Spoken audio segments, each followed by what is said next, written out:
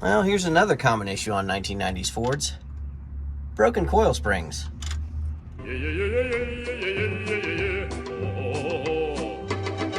Guess that'd probably also explain why this truck leans heavily to the front passenger side.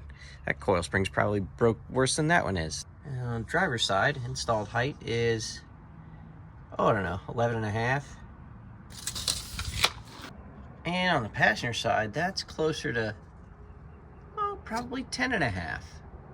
Yeah, that guy's dead too.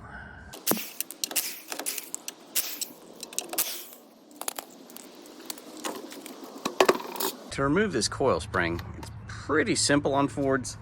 I mean, it's not gonna be easy because this is the rust belt and you can see all the rust. But there is one 13 or 14 millimeter bolt up here holding in this very curved and stressed spring, it looks like. And then down in the center, which is harder to see, there is a big nut on a stud, and that nut holds that circular cup in, which is holding in the bottom of that coil spring. And after we do that, we'll be able to get the spring out of there. First step is going to be get that retainer off, lower this axle, kick the top of the coil out so we can get to that nut. It's just going to make life easier.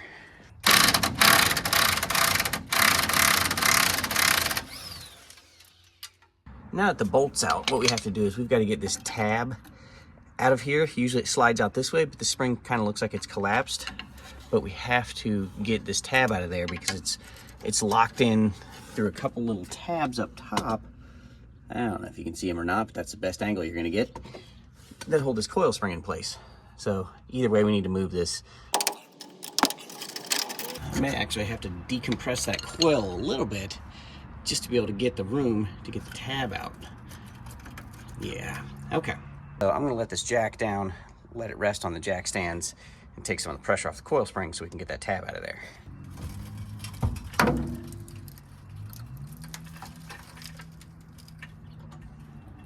That's better. See how it seems like we have a little bit of room to actually get to this tab now? That's what I wanted. Be careful when sticking your fingers into something like this, as it's only half supported now. But we did need that. We need to take the shock bolt or the shock nut off the top. The nut looks terrible, so we're gonna go for the bolt, which is larger and hopefully in better condition. We're gonna go ahead and throw some Freol at it, which I was just thinking to myself the other day, all these break-free chemicals, it's a great scam, because if you don't use them and it comes free, well, you didn't need it. But if you do use them and it comes free, did it do anything? I don't know, because you already sprayed it. The lower mount on that shock now disconnected, we should be able to lower this coil spring and kick the top of it out so we can get to the nut that's on the bottom of it, like I said a few minutes ago. This is the top of the coil spring. Yeah. Be careful when you're doing this so you don't lower it so far that you could possibly stress these brake lines. There we go. See that? Nothing left of it. Yeah. Really common on these Fords. But now you can get a better look at that nut that we've got to get off there. I think it's somewhere around like 1 1/8, 30 millimeter, something like that. I don't know. I guess we're about to find out anyways. Now, if you've been around this channel for a while, you might be thinking, this looks exactly like how he did on the Ford Ranger. And you'd be correct. The Ford Ranger that I had, it was like 84, 85. That was also a twin traction beam, just like this. This is a Dana 44 twin traction beam, and I can't remember what the one on the Ranger was, like a 28 or a 27 or a 30, something like that. But it's the exact same setup, just smaller ring gear and smaller everything. Now I need to break this free. I don't know how we're gonna do that, but that's what we need to do. It's 1 1/8, if you're wondering. Oh, it's been on there forever, so it's gonna be a bear. The point we're at right now is jack handle breaker bar. I did soak this nut in Freol. I'm not sure what just happened. My guess is that we slipped off the nut. Oh no, it did break free. I'll be darned. Okay, well, I'm not gonna take back what I said about Freol because again, I didn't try this without spraying Freol, so I don't know that it did anything. But I did let this soak in Freol for a week. So I guess take that with a grain of salt or a spritz of Freol. There's no tension on this spring anymore, obviously, so it's okay to put your fingers in between coils. They're not gonna go anywhere. The truck's weight is supported by the jack stands. There we go. That is the nut, and that is the cup that holds the bottom of that spring on so it doesn't go anywhere. Now the spring should come right out. And what do you know? It does. These spring buckets do not look the best. However, they're still solid. They're not like that radius arm mount we replaced. So I'm gonna maybe just scrape some of this crap off of here and leave the rest of it alone. And I'll probably just then hose it down with some sort of rust encapsulator / rust converter that doesn't really do much, but it'll make me feel better. Yeah, I'm sure that's not structural at all. That scale is just supposed to be there. This factory coating is just horrible.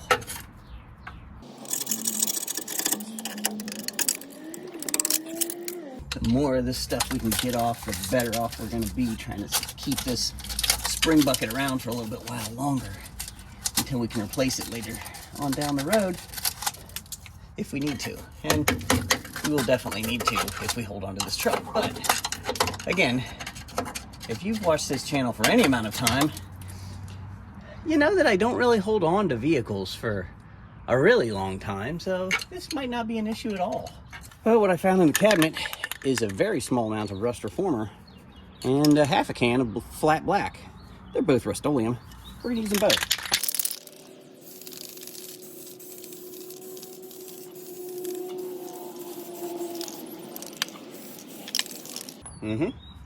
I also bought a new spring seat isolator, but that one looks pretty good. Maybe I should just leave it alone. Oh, no, never mind. It's cracked and dry rotted. Okay, it needs to be replaced. Ew, gross. Yeah, let's get some of the rust off of that. There we go. We're never gonna see this part again, so if we're gonna put any sort of thing on it, we need to do it now. And also, there's the spring seat. That's got some rust reformer on it. Slightly different design. You have this one just is a circle and you can see the mark from the coil. And this one has a flat side right here for the coil. So it's going on like that. Even if it was still in one piece, which it's not, you can see that's compressed by a good inch. That spring is done for. It gave some good years of service. Time for the new one. One other thing to note when putting this coil spring back in, so this wider section, this is the top. The bottom, you can see the coil curves in and then becomes a smaller opening. And at the top, this flat section has to face out towards you, like this, because that's what this clamps onto. This slides in, clamps into place. If you've got it over here, on this round section, your coil spring is not going to sit right. You're not going to be able to bolt this in. So flat part of the wider end of the coil spring has to face out, and that's how it gets retained, just like that. Hopefully you saw that. I don't know. It wasn't that great. There we go. Not too bad. Where you really run into trouble is when you're putting in lift springs. That's when you're going to have an issue like that. So now that I know height-wise we're good, I can take this top back out and we'll bolt it in. No problems. This job's actually just a little bit easier than that Ranger because it's newer, and while rusty, it's not as rusty.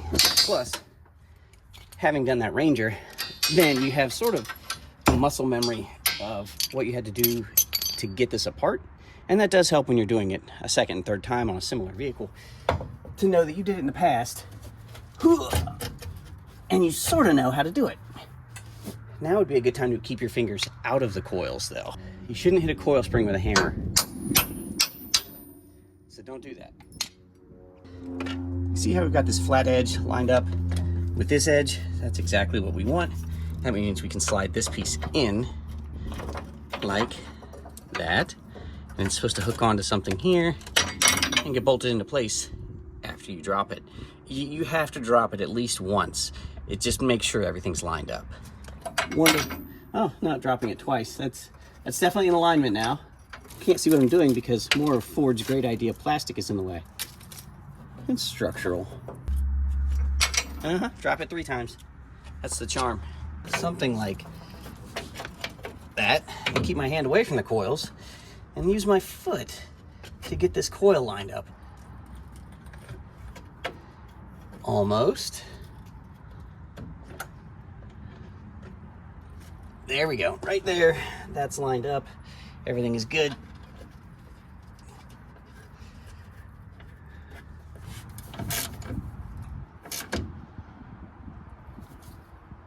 Alright, this spring is now safely retained. It's tightened down the bottom as well, but it's not snugged all the way up yet. What I'm going to do is get an 1/8 wrench and I'll tighten it down just a little bit more once we've got it pushed up. But I want to get the shock mounted, and I want to get the shock mounted.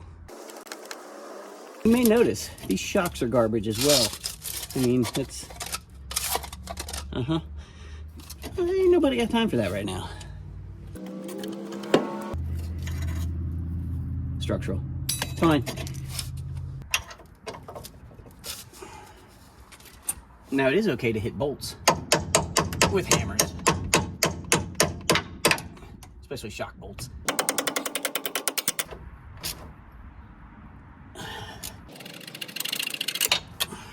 Let's get this thing jacked up and get that tire back on so we can see how we did. That should be high enough.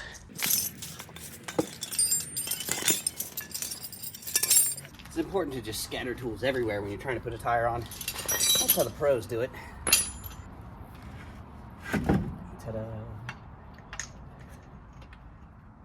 Also of note, there's only 4 lug nuts on every wheel on this truck. That's for speed.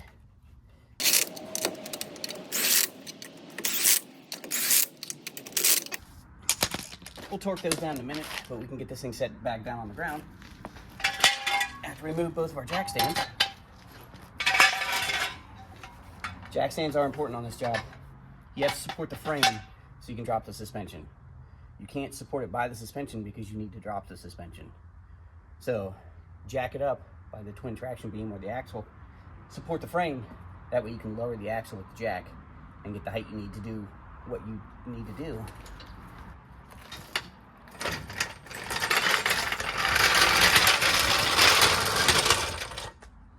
Well, imagine that. It took the lean out of the right side and it put it on the left side. Guess that means I need to replace that broken spring now. I also want to see what the installed height is on this spring. Before we had about 10.5 inches with a broken and completely ruined spring. And now, after having jounced it to settle the suspension, we're closer to a 1 foot installed height. So we've gained 1.5 inches of lift on the front because we replaced a broken and worn out coil spring. Nice. Now the only thing left to do is, well, the other half. We'll speed things up so you can see that it really didn't take that long to do it, despite all the rust. All right, we'll see you in a bit.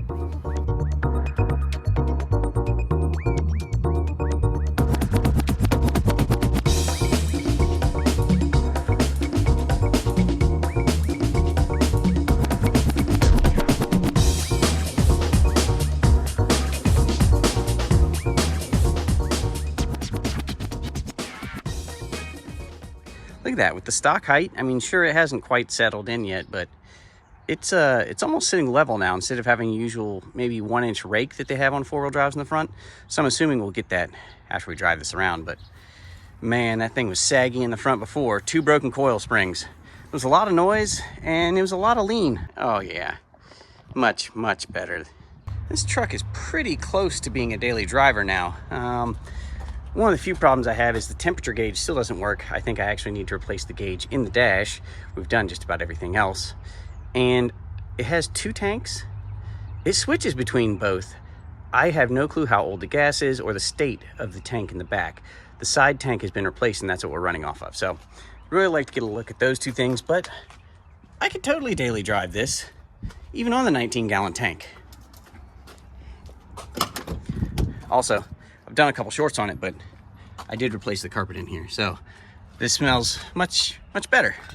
I mean, don't get me wrong, it smells like the chemical process used to make this plastic carpet, but that's better than cigarettes and mold. All right, now that those coil springs are done, this thing is pretty much a daily driver. It's got a couple little issues still to work out, but the weather stays as nice as it is right now, I'll have plenty of time to do that. So hope the weather's nice where you are. If it is, get out there, work on your projects, get them back on the road. We'll see you next time.